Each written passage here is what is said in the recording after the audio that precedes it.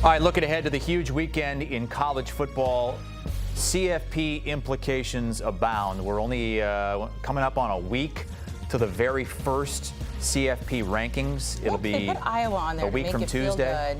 Well, Amanda, that is our big-time game of the week on CBS. Why wouldn't we put that on there? That's our game. Because I'm still biased. I love my company. Thank you for paying me. Look out. Winner of that game. Winner of that game, Amanda, still in the playoff hunts. We won't break that game down. If you want to find pluck the feathers, a breakdown of Minnesota, Iowa, check out the Cover 3 podcast and our CBS Sports YouTube page because we've got it covered. Let's bring in Chip Patterson and Brandon Marcello with college football playoff implications from this weekend. And Amanda, you'll be happy. We're starting with your Oklahoma Sooners at home against Ole Miss. I'm happy now because I don't know what they're going to say. There you go. Chip, Ole Miss has almost a 90% chance to make the playoff if they win this game, because they don't have another ranked team the rest of the way. Is this basically a win and in for Lane Kiffin's team?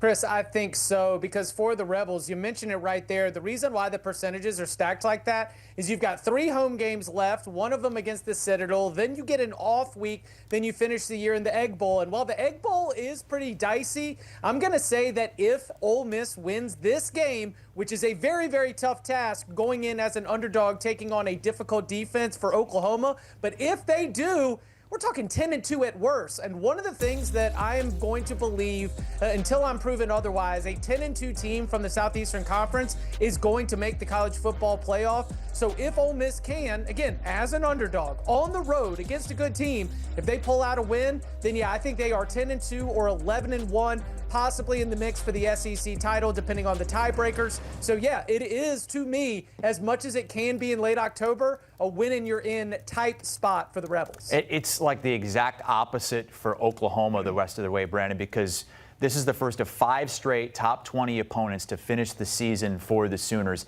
How important is getting this one at home for their chances of just staying in the CFP conversation?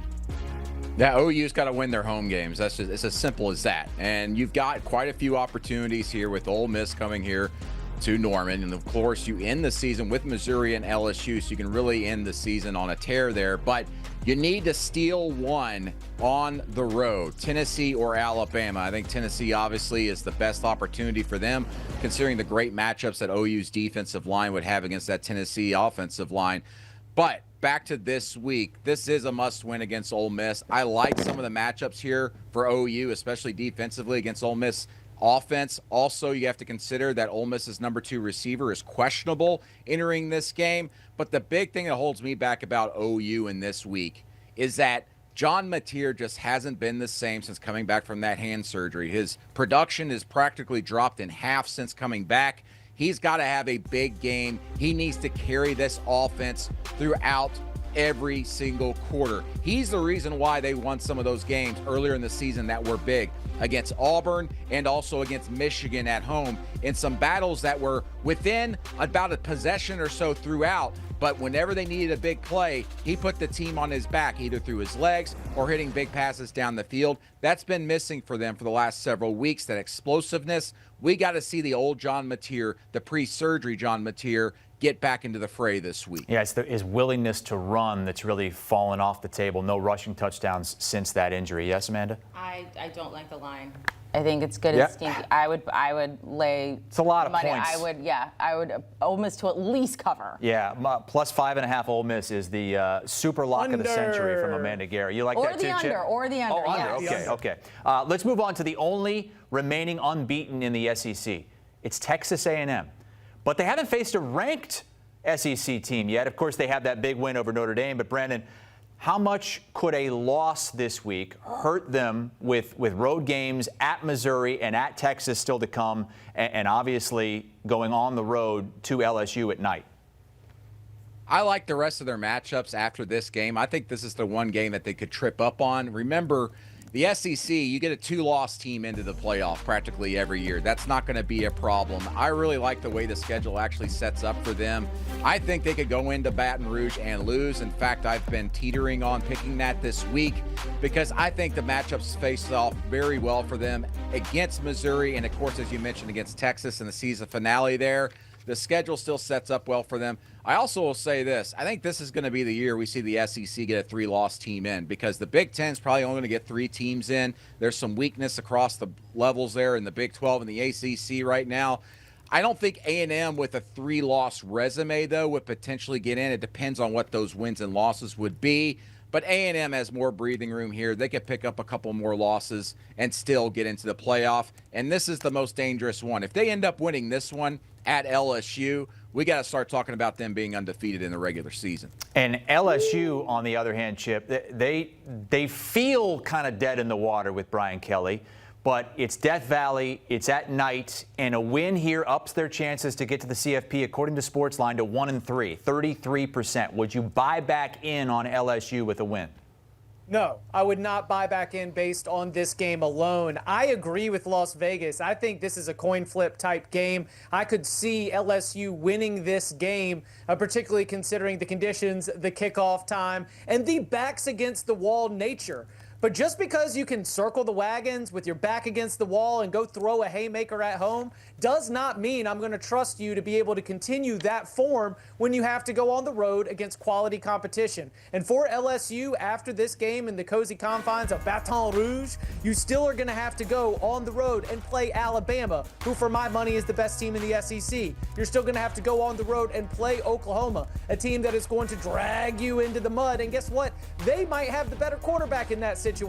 So this individual game, Chris, is not going to be what shows me that LSU can turn this whole thing around over the second half of the season. The only thing it'll show me is that we can't call them dead yet. Now, maybe that'll happen at Alabama.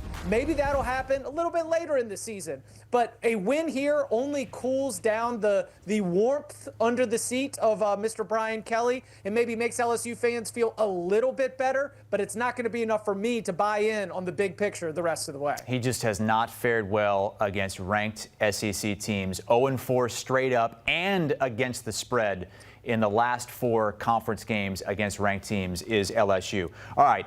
Let's get to another top 25 matchup in the SEC, and it's a top 15 matchup. Missouri is at Vanderbilt, and the percentages here are a little bit odd, a little bit perplexing. It's Missouri with a better chance to make the playoff as of now, despite the fact that they're a lower-ranked team. But they would get hurt, according to Sportsline, a lot more by a loss than Vanderbilt would, and Vanderbilt's at home. So, Brandon, who is this game bigger for? I think it's bigger for Vanderbilt because then they can get some steam moving ahead and also some breathing room that they can lose another game or 2 down the stretch and make the playoff. I think more pressure here really is that. But listen, Mizzou is in a position where it's a must-win game. It really is, in my opinion. You look at the way the run game has been just absolutely downtrodden the last 2 weeks. Ahmad Hardy, who I thought could sneak into the Heisman conversation, has been held under 60 yards in each of the last 2 games. I really like Mizzou in this spot on the road to bounce back. I like the matchups of their offensive line against their interior at Vanderbilt. I think Missouri is going to be able to get the run game going in this, be able to keep that Vanderbilt offense off the field. Remember, Mizzou prides itself on time of possession. They've been leading the country in time of possession for most of the season. If they can do that on the road against Vanderbilt and get Ahmad Hardy going, I think Mizzou goes into Nashville, picks up a win, and puts Vanderbilt's backs against the wall for the rest of the way, where they all of a sudden went from Cinderella story to can we stay in the ballroom? You buying that, Chip? Yes, it's a play-out game. It ain't a play-in game. It's a play-out game because with the games that are left on the schedule for both of these teams, and while I agree with Brandon, a 9-3 SEC team is potentially going to be in the bracket this year, I don't know if Missouri specifically is going to be one of those teams that has the strength of schedule. Non-conference win against Kansas ain't getting it done.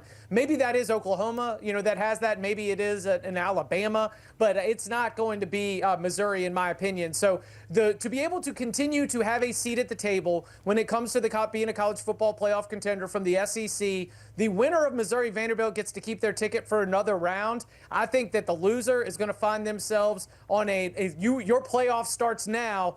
You have to win the rest of the way to be able to stay in the hunt. So it's not a play-in game for the college football playoff picture, but Missouri-Vanderbilt definitely might be a play-out game for both teams. Missouri has had Diego Pavia's number no matter where he's played.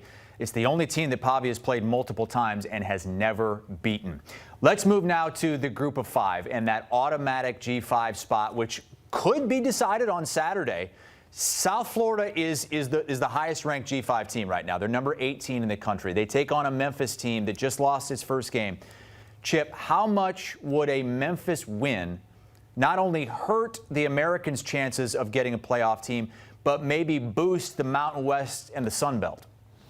A little bit. I've got my eye on Boise State in the Mountain West. I've got my eye on James Madison in the Sun Belt. I think they are catching steam, but both those teams are probably dealing with the situation where they need to have an absurd win total to be able to slowly climb up, really get the attention of the selection committee, because the selection committee is going to be dialed in on these contenders in the American from the get-go. And that's because we've seen these teams flirting with spots in the AP Top 25 for almost the entire season. So, Memphis taking down South Florida, it does in part, maybe make things a little bit less easy for the Bulls to be able to waltz to being the American champs and also into the college football playoff. But I will say this is still a Memphis team that has a win against Arkansas, so its own resume should be pretty good, and being able to get a win should give the American a team that would be a front runner. The question is, are there more losses to come? Or which one of these teams is going to win the tiebreakers to make it to the American championship game? And will the team that wins the American championship game be the favorite? We remember Army last year handing Tulane a loss. And while Boise State had already come so far that they even got themselves a bye in the old format, it is still a situation where they can cannibalize each other. I'm not going to say a Memphis win hurts the American from making the playoff, but it definitely hurts the chances that the Bulls, run away with it. Boise State and JMU into the mix a little bit. I think the only way the American does not get in the playoff this year is if it's the 2-loss champion that emerges from that conference. Because you look at those standings, 3 of the top 4 teams in the standings all have wins against a power conference opponent. One of those, of course, on the road when South Florida went to Florida and beat the Gators. So I really, really like the Americans' chances here. It's all going to come down to championship weekend. If a 1-loss or obviously an undefeated team wins the American, they're going to get into the playoff. But if it's a 2-loss South Florida or a 2-loss Memphis or maybe a 2-loss Tulane, we're talking a little bit of some iffy situations there that might help the Sun Belt, as you mentioned. Memphis, a home underdog, but they've won 11 straight home games there in Memphis. Let's go to bold predictions for the season. And Chip, man, remember last year at the end of the season, Indiana's sitting there at 11-1, and people are arguing against them because their strength of schedule and what they did against the best teams they faced. What's going to happen if Illinois is sitting there at 10-2 with 2 losses by a combined 1 trillion points? But to the number 1 and number 2 teams in the country, Chris. Those are quality losses. So my bold prediction for Week 9 is that Illinois goes on the road, takes out Washington, and all of a sudden sets themselves up for the doomsday scenario that Chris just described. Because if you look at the rest of Illinois' schedule, man, it is favorable. And Brett Bielema himself even admitted that during this past week, which was an off week while Washington was losing in Ann Arbor, the Fighting Illini have been doing a good reset, getting ready for this home stretch. I think Illinois pulls off the upset as a 3.5, 4-point underdog in Husky Stadium in Seattle, and then all of a sudden we pave the way for the Big Ten to be able to get a 4th team in. We all seem to agree on Ohio State and Indiana and Oregon, and the thought is that there won't be a 4th team. But if Illinois is 10-2 on Selection Sunday and those only losses are to the best teams in the country, well then I think they've got as good a case as anybody to be able to make the college football playoff. All right, I'm going to ask everybody to expand their minds. Let's stop thinking about the top 25 and the college football playoff. There are other football games that happen on the planet Earth. I'm going to go with Auburn losing this week on the road against Arkansas, an Arkansas team that's lost 5 straight. I think Auburn gets the L there, and Hugh Freeze wakes up Sunday morning checking his phone to see if he's been fired. I think the coaching carousel is going to spin up quite a bit Sunday. Yeah, that's a tricky spot. I mean, Arkansas has been really close against some really good teams, and Taylor Green, one of the top quarterbacks in the country. Guys, thank you so much. Hey, we've got a game on CBS between a couple of teams that aren't ranked. But the winner goes to 4-1 in the Big Ten and still keeps outside playoff hopes alive. A lot like Illinois, as Chip mentioned, maybe a 10-2 finish to the season. Minnesota at Iowa, Saturday, 3:30 Eastern Time on CBS.